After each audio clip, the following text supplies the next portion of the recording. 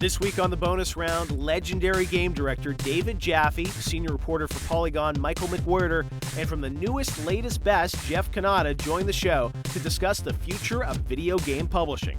Does EA truly deserve all the bad press, or do the shortcomings of the industry lie elsewhere? I think it's quite exciting, and if a publisher or two goes under because of it, I'm okay with that, because you. Our panel weighs in on this and more as the bonus round starts right now.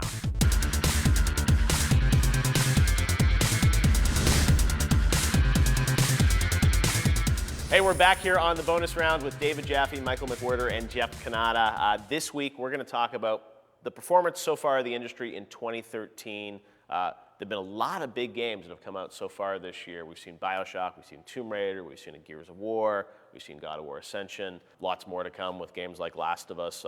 Big, strong end to the cycle.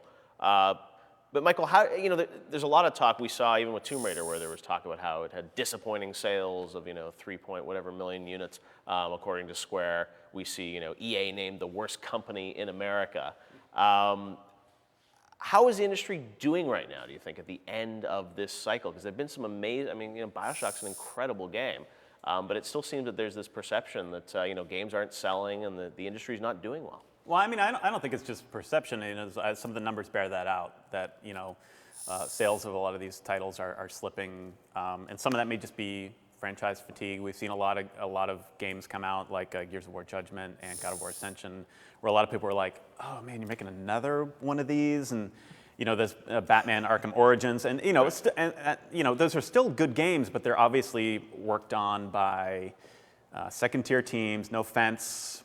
Sorry, but it's like different teams that are working on these titles that are well established. But I think a lot of people are just getting a little bit wary of playing these games again. Right. But yeah, the numbers are down. But I think a lot of people are really kind of holding onto their stuff for the next generation. And personally, this year there's not a whole lot that I'm too excited about. And I passed on Gears and I passed on Ascension. You passed? How do you pass, McWhirter? I was like, I'm out. I'm going to stand pat. I'm good. You shred the disc. Yeah, I'm full. But even Arkham Origins, I'm like, I love those. You gonna pass on it? I don't know. Unless there's something that really pulls me in. I'm a little tired of Right. origin stories at this point. Yeah. Dark Souls 2, that's my game. That's all I'm waiting for, man. Not passing on that one. No way. But Jeff, you look at some great releases so far this year, but there is this perception, I think even amongst gamers, that these big publishers are increasingly, like you said, sequelizing everything, not really innovating. Is that going to change, do you think? No. Right. In short, I think publishers like sure bets. And the closest thing to a sure bet you can do is a sequel. Yeah. And you see that across any kind of media, I'm sure book publishers would rather have another Harry Potter than anything else. We have even Fast and Furious just announced they're going to do those movies yearly now. And Star Wars. Star Wars, exactly, yeah. And you can't blame, people are in the business to make money and they want something that is a sure thing. I think you're going to see lots of innovation, and it's really exciting that, especially with the PS4 announcement a while back, front and center was like, look at these cool independent titles that we're going to be, with Jonathan Blow's new game, The Witness, which I'm really excited about. So I don't think there's ever been a time in video game history where you could have smaller titles make more of an impact and get to more people. So that's really exciting too. And I love Tomb Raider. I think Tomb Raider is a Game of the Year candidate already, and BioShock Infinite obviously as well. Yeah. So it's already been a strong year, and I think Crysis 3 was excellent. I'm playing that now, actually. Right. And there's lots of great games coming, and we don't even know what the new consoles are going to bring us. Right. So. But I think there seems to be this perception even amongst publishers that they sort of have to change their ways. These big blockbuster, story-driven, single-player games, are not earning out for them, right? So they're spending, even though these games are beautiful and fantastic and there's a core audience that likes them, they're not delivering for publishers. David, you're in there talking to publishers and things like that. Even though there have been some great games so far this year, it doesn't feel like publishers are feeling good about. I'm other than the 3.4 million thing that causes, or one of the reasons that the Square CEO said he was resigning for, which I was just stunned when I heard that because I was like, I agree. I think Tomb Raider's phenomenal, and 3.4 million in the first month. Wow, good for. Could I have those sales? That's fantastic, you know. Yeah. But other than that, though, I'm not saying you're wrong, but I don't know if I Look at get. EA with a bunch of, they put out a bunch of games that I don't think, they put out these games that are not, kind of doing okay, but then named worst company in America and things like that. But that's a very different thing, right? I know. mean, I think. They don't have a CEO now, right? They lost their CEO. I mean, it seems Here's to be what I some think. turmoil. I think there is absolute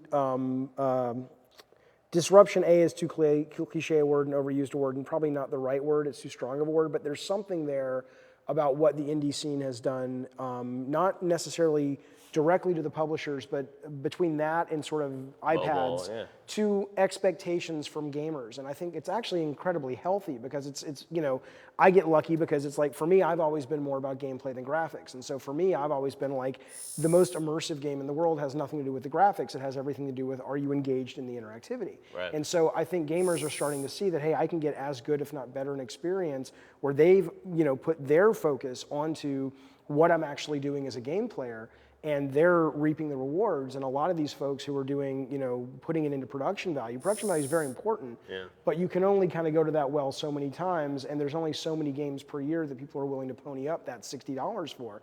And so I think it's ultimately very healthy. Whether or not all the publishers are going to survive that, I don't think so. But I think that's, as gamers, I think it's a vibrant time. I think it's incredibly exciting. And I do love, as a company I used to work with a lot, I do love to see Sony on the forefront of saying, we want to put out a system that's like this. You're a gamer, this is your system, because we've got The Last of Us, we've got these next-gen games. But like you said, I'm excited about Witness. I'm excited about the fact that they've just made such inroads with Unity and the indie community. I'm sure Xbox will as well when they announce. But I think it's quite exciting. And if a publisher or two goes under because of it, I'm okay with that, because know your business, and your business is not just spectacle, and your business is not just set pieces. Your business is partially that. But it's kind of like, people just like to, mock Michael Bay all the time. Yes, he's got set pieces and spectacle, but the people like the characters enough that's why they go back. Fast and Furious, people like Dom. They like they like the relationship between the new girl who's coming back, Rodriguez. It's like, even though it's not King Lear, it's still there's an emotional connection that a lot of people have to those movies, and there's the spectacle. And I think publishers that only thought it was the spectacle, that only thought it was the graphics, you. You were wrong. I told you were wrong. Go back to old bonus rounds. You'll see I told you were wrong. So I just like to say that I would pay to see Michael Bay's King Lear. That's all.